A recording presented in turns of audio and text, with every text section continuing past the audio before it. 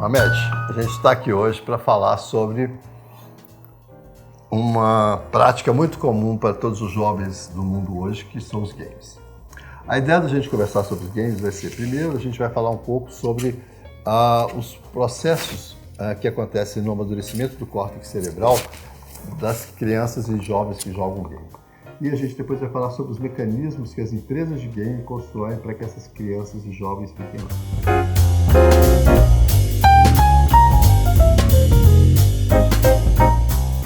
Questão dos games, tem um artigo francês do ano passado, que é um estudo bastante interessante, mostrando como que existe um círculo vicioso hoje, que é um círculo vicioso entre o jogo dos games, porque jogo a gente tem que separar, tem vários tipos de jogos, entendeu? E tem jogos que misturam. Então existem jogos, né, que a gente conhece como xadrez, jogos de tabuleiro e algumas coisas, e os jogos da mídia digital, que estão no computador, estão nos aparelhos Xbox, PS, e tem os que estão no celular. Quando os games estão no celular, eles têm muito mais proximidade com a pessoa que joga e ela vai usá-lo muito mais, inclusive à noite. Então, a indústria de games ela foi construindo cada vez mais games para provocar essa alteração. A gente não pode afirmar com toda certeza, mas com certeza eles sabem que quanto mais à noite as pessoas assistem os games, mais elas ficam tempo no game. Olha que interessante. Então vamos lá. O sono, como a gente já falou nos outros episódios, eu vou repetir de novo, ele depende de um ciclo circadiano onde no fim do dia a melatonina sobe e se você for exposto à luz azul ou luz branca, como essas aqui, ou então a tela do computador, a tela do celular principalmente, você diminui a capacidade do nervo óptico de transformar isso que está escurecendo, que está a hora de produzir melatonina, a pineal, que é o lugar que produz no cérebro. Essa interrupção acontece durante 3 horas, quando a exposição é feita exatamente nessas horas, as primeiras horas do começo da noite, que é quando está todo mundo no celular, para descansar um pouco. Né? Essa é a ideia das pessoas que vão relaxar e com o celular elas vão relaxar. Então, na verdade, não tem relaxamento, porque o cérebro relaxa exatamente no estágio que só a natureza consegue produzir no ser humano ou então em alguns ambientes. Né? O ambiente de tela nunca vai produzir o descanso que a gente necessita. Por mais que eles nos vendam essa ideia e vendam programas para fazer isso. Então, vamos lá. O game, então, ele altera o ciclo, impedindo que a melatonina saia. Com isso, todo mundo que joga, por exemplo, depois de 7 horas da noite, o sono dele começa 2 a 3 horas mais tarde. Então, mesmo que ele se deite às 9h30, o sono dele, se ele deitou com o celular, na verdade vai começar 3 horas depois, às 00h30. Com isso, ele já perdeu uma dose importante do hormônio de crescimento. É por isso que a gente tem visto tantas crianças com problema de crescimento hoje, principalmente. E ele vai perder toda a organização. Então, por exemplo, o cérebro da gente se limpa no sono de meia-noite às 5 horas da manhã, por aí, que é quando o cortisol está baixo e aí as nossas artérias irrigam o cérebro e tiram a sujeira dele, né, o processo oxidativo do dia.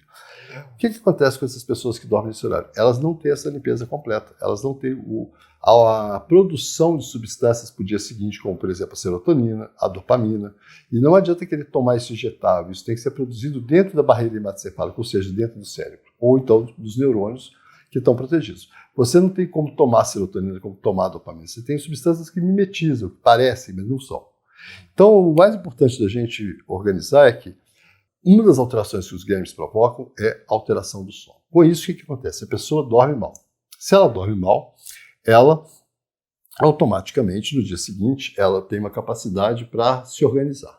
A energia dela está flutuante. O que ela vai precisar para isso? Alimentar de coisas que dão energia, que são as coisas que engordam. Então, elas vão procurar mais alimentos calóricos.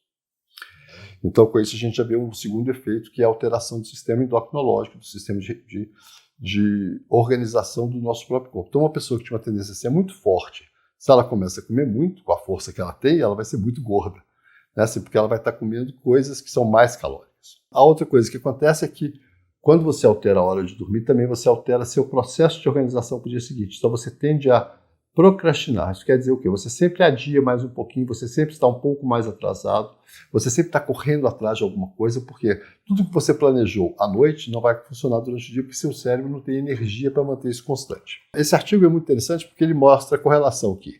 O videogame altera 36 vezes o sono. Essa alteração é gigantesca, a gente nunca viu nada produzir tanta alteração no ciclo de sono. Com isso, você altera o seu ciclo de alimentação. Então você vai ter uma tendência a concentrar gordura no abdômen. Aí com isso você vai desregular o seu sistema de pressão arterial, você vai desregular o colesterol, você vai desregular o sistema de regulação de glicose, de glicemia, de insulina. Então você começa a entrar naquele estado que é um estado metabólico que te aproxima da sua morte, na verdade, só que muito precocemente. Então assim, eu tenho pacientes, por exemplo, gamers importantes, que assim, o menino tem 16 anos e tem diabetes que foi desencadeada pela obesidade, né? Eu tenho pacientes com 30%, 40% acima do peso de massa corporal, porque passam os dias e as noites jogando. Né? Eles geralmente dormem 8 horas por dia, como a Rede Globo sempre indicou pra gente, mas eles dormem 8 horas durante o dia, né? Ou então de 2, 3 da manhã. Então o que a gente percebe é que a alteração, né, do uso do game, por exemplo, é independente da violência do game. Muitas vezes a maior violência que o game produz nos jovens e adolescentes é alterar o seu funcionamento. Então a gente já sabia no século passado que exposição à tela mais de 3 horas por dia provocava mais agressividade entre os adolescentes. Tanto os homens quanto as mulheres, os homens bem mais. Então a gente começa a ver um grupo de pessoas, por exemplo, a média hoje de uso de mídia digital pelos jovens de 13 a 25, né, que são os adolescentes de hoje, 12, 13, chega de 6 a 9 horas por dia. E esse tempo, então, vai provocar uma série de alterações. E, geralmente, isso acontece no período noturno, quando não deveria acontecer. Então, de vez em quando os meninos começam a entender o que acontece com eles me propõem assim, então eu posso jogar de manhã? Olha, se jogar 2 horas de manhã está muito melhor do que se jogar 2 horas à noite. Até porque você vai jogar melhor, porque de manhã você está mais concentrado. Mas as pessoas sempre deixam as coisas para de tarde, para de noite, que é a hora de descansar. Ou então, como eles dizem, é a hora que os meus amigos estão jogando.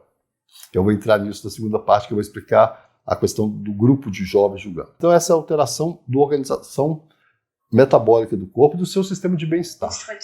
Eu acho que é muito importante a história do well-being, que é essas coisas do bem-estar físico. Não estou dizendo felicidade, é de você estar bem. E o que produz você estar bem? Atividade física, sono, natureza. O que tira isso? Telas e mídia digital, hoje principalmente. Então, a gente tem que perceber que é uma correlação que, quanto mais você está mexendo com a sua mão, trabalhando, fazendo coisas com a mão, coisas que você gosta, por exemplo, construindo Lego, que não seja jogando Lego, você está relaxando e você vai ter mais bem-estar. Quando você inverte isso e começa a fazer isso dentro da mídia, você tem mais problemas. O ponto mais importante, então, assim, da gente pensar no bem-estar, e agora a gente vai discutir uma outra coisa que surgiu basicamente nos últimos 5 anos, as evidências científicas são cada vez mais claras nesse sentido, e é que existe uma coisa que nós que trabalhamos com crianças e adolescentes, a gente já percebeu uma certa diferença nesse grupo que joga muito. Assim, que eram pessoas brilhantes, extremamente inteligentes, que depois que elas entram no jogo, elas começam a perder algumas capacidades, elas começam a discutir coisas de uma forma muito mais rasa, elas começam a ter alguma dificuldade na organização do próprio pensamento, elas não conseguem ler, né? E elas não conseguem... Aqui a gente que trabalha com adolescente, a gente sabe que existe uma etapa, depois outra, então você já, mesmo conversando com aquele sujeito, você sabe que daqui a 3 anos ele vai estar diferente. E o que a gente começa a perceber é que isso não acontece. Tem uma coisa estranha acontecendo, né, que é exatamente o que me fez começar a pesquisar e estudar mais essas coisas. E os estudos mostraram que, como eu já disse, vou repetir, assim, o sistema de amadurecimento do córtex cerebral não tem nada a ver com amadurecimento psicológico, é uma coisa biológica, onde você corta neurônios para funcionar melhor.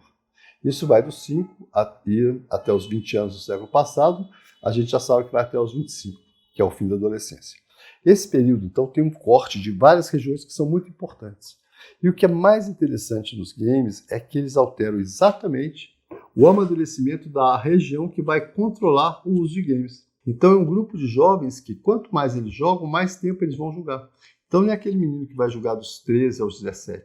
É o menino que vai jogar dos 13 aos 27. Ela vai modificar o game, ele vai sair do Diablo, vai passar para o Dota, ele vai trocar o tipo de game que ele joga, né? As empresas são boas nisso, elas já sabem que tem que mudar, então de tempos em tempos sai um novo, né? Assim, ou a concorrente lança um para ganhar da outra, né? Assim, os games, eles alteram, a partir do momento que eles alteram o sono e que eles alteram o seu sistema de recompensa, que é outro ponto super importante, eles fazem você começar a usar um sistema de recompensa alternativo. Quando você faz isso, você altera seu processo de vida. Por quê? Nós, quando mamamos nas nossas mães, ou mamamos na mamadeira, ou nas amas, sei lá, a gente construiu esse sistema de entender que você tem uma angústia, essa angústia recebe alguma coisa e aquele mal-estar que você sente melhora. Então você vai buscando isso ao longo da sua vida. Isso está numa região basal do cérebro, que não é essa região que eu estou explicando mais sofisticada do córtex, onde ocorre esse processo de amadurecimento. Isso já existe. E essa região, ela controla as nossas relações de busca de prazer e de busca de vida, né? Que é basicamente do ser humano. E o que acontece é que o grupo que usa o jogo, essa região, o córtex dela não tem o corte que deveria estar acontecendo. Então é como se elas se preservassem mais tempo imaturas. Elas se preservam mais tempo expostas àquele tipo de... Elas começam a perder a crítica. É muito frequente eu escutar dos jovens aqui, quando eles já estão lá no meio da universidade, falam assim, nossa, como é que eu perdi tempo jogando? Nossa, por que eu jogava? Né, assim, nossa, aquele jogo que eu jogava era idiota demais. Eu te falava que era idiota, mas não adiantava, que todos os seus amigos jogavam, todo mundo jogava e você era muito bom no game. Então, assim, esse processo que a gente tem que entender é que o game não é só o game em si, é muito diferente. Ele tem coisas muito legais, eles têm gráficos cada vez mais fantásticos, é uma indústria gigantesca, eles gastam. Tem games que tem uma orquestra sinfônica tocando a música dele, tem games fantásticos, gráficos maravilhosos, assim. A questão não é essa. A questão é, se você jogar demais, você tem um risco muito maior de ficar dependente daquilo. E o que é pior, que eu vou mostrar agora, é que se você jogar demais, você altera seu sistema de dependência. Então você tem uma chance de ter outras dependências também. Porque o sistema que é alterado pelo sistema de games, como é o sistema de recompensa, ele tem dois sistemas acessórios, que é o sistema, né, dos endocannabinoides, por isso a associação tão frequente da maconha nesse grupo, e também o sistema GABAérgico, que é onde o álcool atua, e a cocaína também via dopamina e o GABA.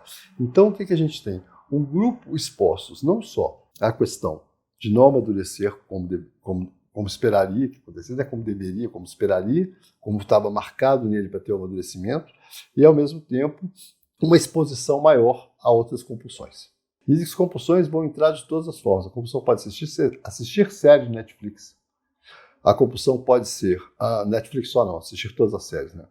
A pior de todas nem sempre é do Netflix. As deles são bem ruinzinhas, eu acho, mas elas são muito belas, muito bacanas, mas elas têm um enchimento muito grande. E elas são programadas exatamente para o quê?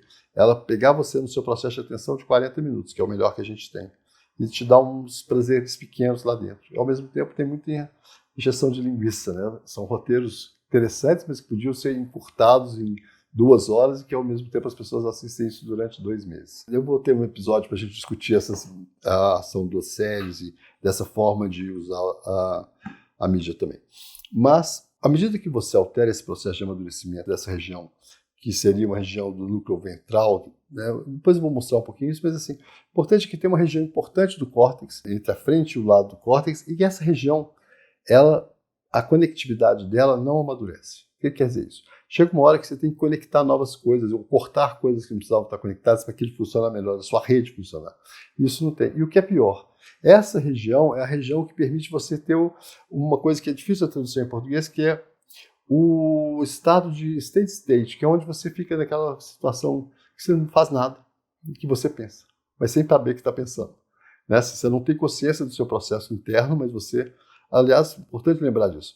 O nosso cérebro, a gente só tem consciência em torno de 10 a 15% dos processos que estão acontecendo lá dentro. Se a gente parar e pensar, a gente tem consciência de mais ou menos 25%, mas a gente funciona muito mais do que a gente percebe que está funcionando o tempo todo. E essa região é muito importante porque ela te organiza para, por exemplo, para a sua inteligência fluida, que é o que vai fazer você pegar um grupo de dados e criar em cima deles alguma coisa nova. E à medida que você não tem esse estado, você perde essa capacidade. E a época que mais se tem isso, a época das grandes conexões, das grandes sacadas da humanidade, são os jovens que têm. Porque eles estão exatamente produzindo coisas novas e produzindo novas conexões. Então, se eles tiverem um bom arsenal e tiverem essa capacidade, eles vão adiante.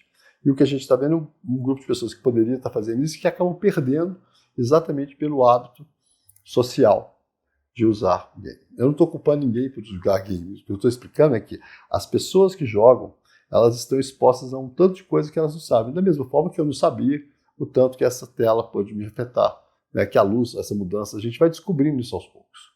A gente vai descobrindo coisas muito graves, como, por exemplo, as alterações em vários sistemas do nosso corpo causadas pelo Wi-Fi que nós vivemos ao lado dele. E não conseguimos, às vezes, viver sem eles, ficamos viciados da necessidade de uma conexão. Vamos lá. O sistema de recompensa é um sistema onde você sabe que precisa de alguma coisa, aquilo vai chegar e vai te dar prazer, Como que esse sistema funciona naturalmente bem? Você vencia um obstáculo.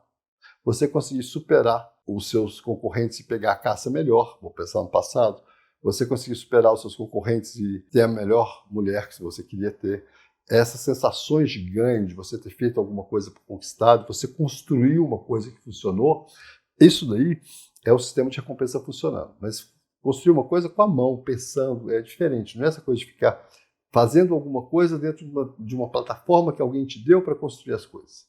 É você criar a plataforma. O que eu vejo hoje é que vários jovens que querem pensar sobre mídia digital, querem trabalhar com isso, eles acabam sendo só funcionários, porque eles não têm a capacidade de criar novas coisas dentro disso, porque eles acabam usando só o material que é dado a eles. Porque exatamente eles julgaram demais aquilo e não conseguiram. Então o sistema de recompensa ele tem dois apaziguadores que são o sistema GABAérgico, que vai funcionar quando você não tem serotonina. Basta você dormir tarde, que você não tem, né, sequencialmente. Você não ter dopamina, porque também é produzido durante o sono. E você não ter endorfina, porque você não fez nenhuma atividade física, você ficou sedentário dentro de uma caverna, que é o seu quarto, julgando 12 horas por dia, e saiu de lá, entrou no carro com a sua mãe, foi para algum lugar, depois voltou, né, de carro também, subiu de elevador, né, e quando chegou no lugar que tinha duas portas, você escolheu a porta mais rápida para você andar menos. Tá certo? Então, assim, o sedentarismo, de uma certa forma, essa questão toda urbana que a gente vive hoje, ela traz muitos mais prejuízos que benefícios se a gente for pensar. Ou então ficar dentro do congestionamento com a tela ligada também à noite indo para casa é uma coisa terrível. Então essas pessoas que não têm a produção, o que elas vão fazer? Vão usar os sistemas alternativos. Tem o endocannabinoide e o sistema de GABA, que é onde entram as séries, onde entram as repetições, onde entra o álcool e entram as medicações que são os benzodiazepínicos. Né? Eles atuam exatamente nesse sistema.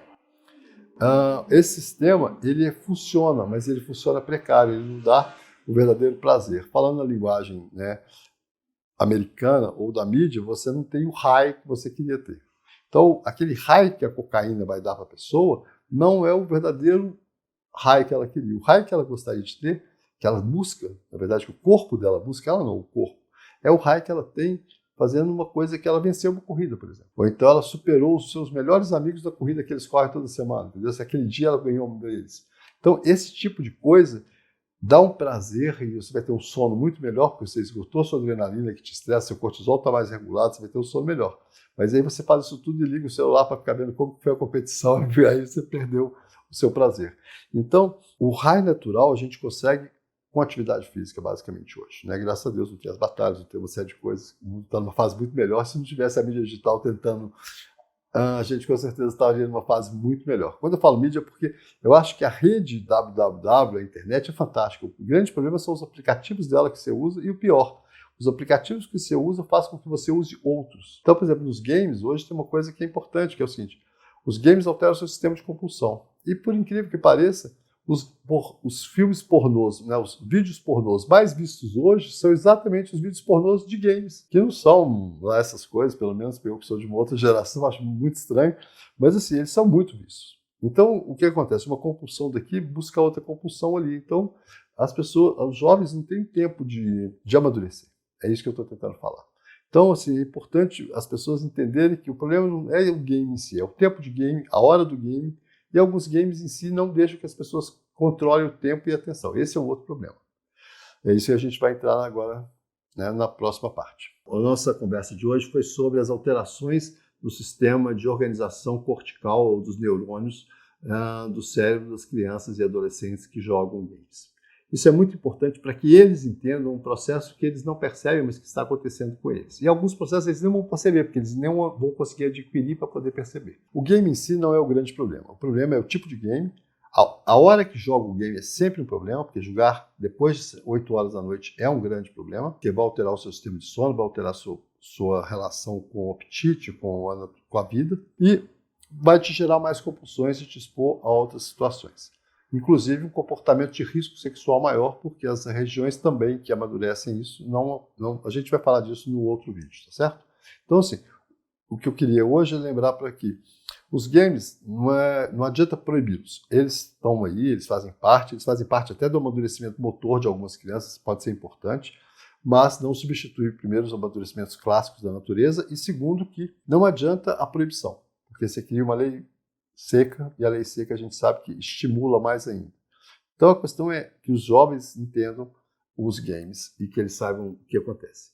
E aí, vamos lá, uma historinha boa, que é o meu paciente de 12, 13 anos que jogava um game chamado Fortnite, que atualmente é o jogo mais usado, né, pelos jovens. E esse menino, quando eu expliquei tudo para ele, começou a perceber o prejuízo que ele tinha, algumas notas, que ele era o melhor em matemática da turma dele, começou a cair. Ele entendeu e começou a se modificar. Hoje ele faz taekwondo, ele faz luta e ele joga muito menos. E ele resolveu descobrir games que não tinham problemas. Ele passou muito tempo me mandando: esse game pode, nem sempre eu sei. Ele resolveu contar para os colegas e salvá-los, porque eles eram muito amigos dele, que aquilo que eles faziam não fazia bem. E aí ele falou que os games faziam mal, faziam isso, faziam aquilo. Aí os colegas falaram: mas quem falou uma bobagem dessa? Ele falou assim: o meu psiquiatra. Aí os colegas falaram: você é doido e ele também. Então, assim, quando a gente está falando uma coisa que vai contra o que está todo mundo fazendo, parece que a gente está doido. Não é isso. Eu não estou querendo falar contra, eu quero que as pessoas entendam o que elas fazem. E a gente está caminhando com isso, é o conhecimento diário, a gente tem que estar pesquisando. Assim. Há 5 anos atrás, quando eu falava de game, tinha muito menos substância teórica, muito menos artigos do que eu tenho hoje, 5 anos depois. Então, cuidado, não proíba os seus filhos, mas que eles entendam o que estão fazendo, e eu acho que o limite do sono é fundamental para todos nós. E geralmente as crianças que jogam muito à noite, os pais também assistem séries à noite, isso é um ponto importante. O tempo de tela da família costuma ser muito parecido. É lógico que os adolescentes é sempre mais, eles são sempre mais. Mas a família geralmente também está usando tela mais do que deve. Esse vídeo vai ter uma continuação na próxima apresentação da nossa conversa aqui. E no próximo a gente vai estar conversando sobre as estratégias de marketing das empresas e o que a gente pode fazer para lutar com elas, para lidar com elas. Subscreva o canal, a gente vai estar sempre aqui. O Hamed está dormindo, ele não vai aparecer agora, na próxima ele aparece de novo. Tá bom? Boa noite.